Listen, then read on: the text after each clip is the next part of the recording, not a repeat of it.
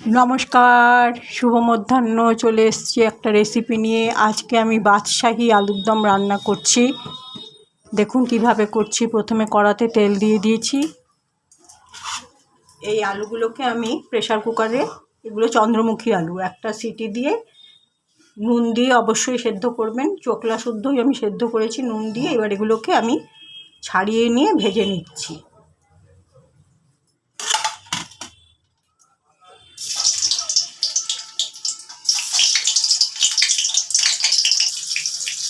বাদশাহী আলুর দম রান্না করবার সময় আলুগুলোকে যে খুব বেশি রকম ভাজতে হবে তা নয়, অল্প অল্প করে ভাজলেই হবে, তবে সুসিদ্ধ যেন হয় সেটা লক্ষ্য রাখবেন।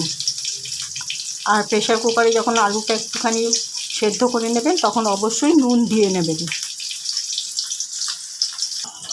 এই মশলাগুলো আমি একটু শুকনো খোলায় ভেজে নিয়েছি। তার মধ্যে সামরিচ আছে, লবঙ্গ আছে, আর এলাচ আছে, আর হচ্ছে দারুচিনি, আর হচ্ছে জয়িত্রী। এগুলো আমি একটু শুকনো কড়ায় ভেজে নিয়েছি। এগুলো একটু হামানদিস্তায় গুঁড়ো করে নেব। এই উপকরণগুলো আমার লাগবে।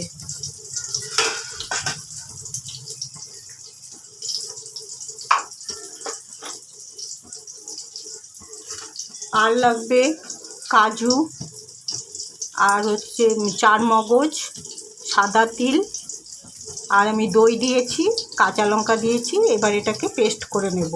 আর একটু আদাও দেব। এটাকে আমি একটা মিহি পেস্ট বানিয়ে নেব।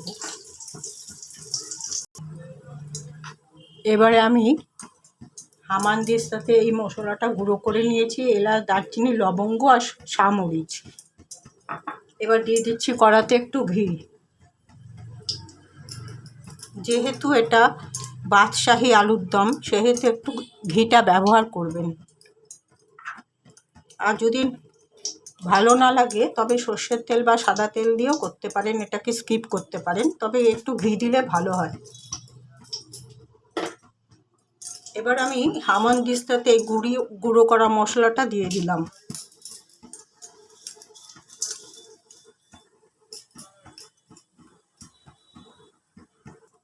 দিয়ে দিচ্ছি একটা শুকনো লঙ্কা।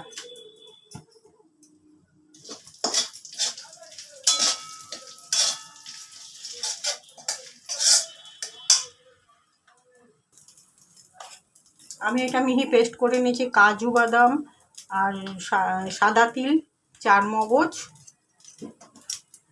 আদা, কাঁচা লঙ্কা, টক দই। এবার এটাকে আমি দিয়ে দিলাম।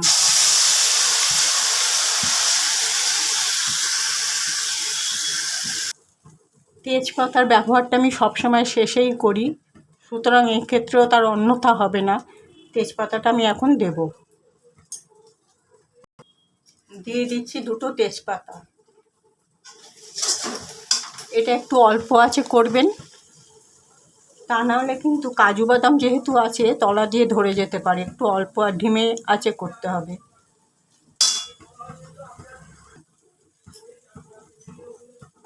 দিয়ে দিচ্ছি সামান্য একটু হলুদ,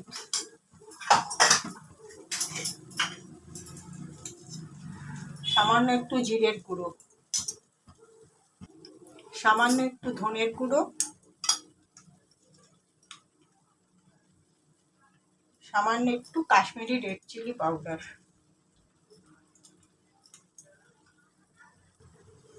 মিক্সিতে পেস্ট করবার সময় আমি দুটো কাঁচা লঙ্কা ইউজ করেছি। আপনারা প্রয়োজনে 3-4টেও ব্যবহার করতে পারেন, আপনারা যেরকম ঝাল খান সেই অনুযায়ী। তবে এটা একটু মিষ্টি মিষ্টি টাইপের আইটেম তো, তাই অল্পই দিয়েছি। এটার মধ্যে একটু চিনি দেবো। এবার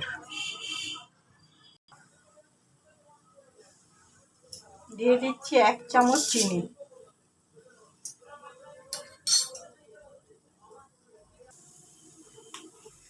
মিক্সির কন্টেনারটা ধুয়ে জলটা দিয়ে দিলাম।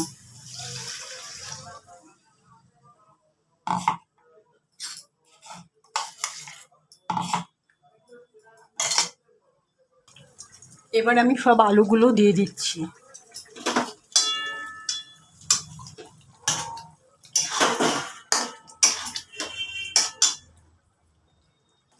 সব শেষে আমি একটু কাজু আর কিশমিশ দিয়ে দিচ্ছি। এটা অপশনাল, আপনারা দিতেও পারেন নাও দিতে পারেন। আমার এই কটা ছিল ঘরে, তাই দিয়ে দিলাম। এটা অপশনাল, দেওয়াও যেতে পারে, নাও দেওয়া যেতে পারে। আমি তো কাজু পেস্ট দিয়েইছি। আমি পাত্র থেকে এখন জিনিসটাকে নাবাবো না, 1.5 ঘন্টার মতো আমি স্ট্যান্ডিং টাইমে রাখবো। সুতরাং আমি আজকে ভিডিওটা তাড়াতাড়ি শেষ করে ফেলবো। আমার বাদশাহী আলুর দম তৈরি করা হয়ে গেছে। এক্ষুনি আমি গ্যাসটা নিভিয়ে দেব। আমার রান্নাটা পুরো রেডি হয়ে গেছে। এবার আমি গ্যাসটা নিভিয়ে দিচ্ছি। তাহলে আমি আমার ভিডিওটা আজ এখানেই শেষ করছি। আমি আজকে স্ট্যান্ডিং টাইমে রাখবো না, 1.5 ঘন্টা রাখবো। সুতরাং আজকে আমি আমার ভিডিওটা আজ এখানেই শেষ করছি। দেখা হবে পরবর্তী একটা ভিডিওতে বা ব্লগে। সবাই ভালো থাকবেন। নমস্কার।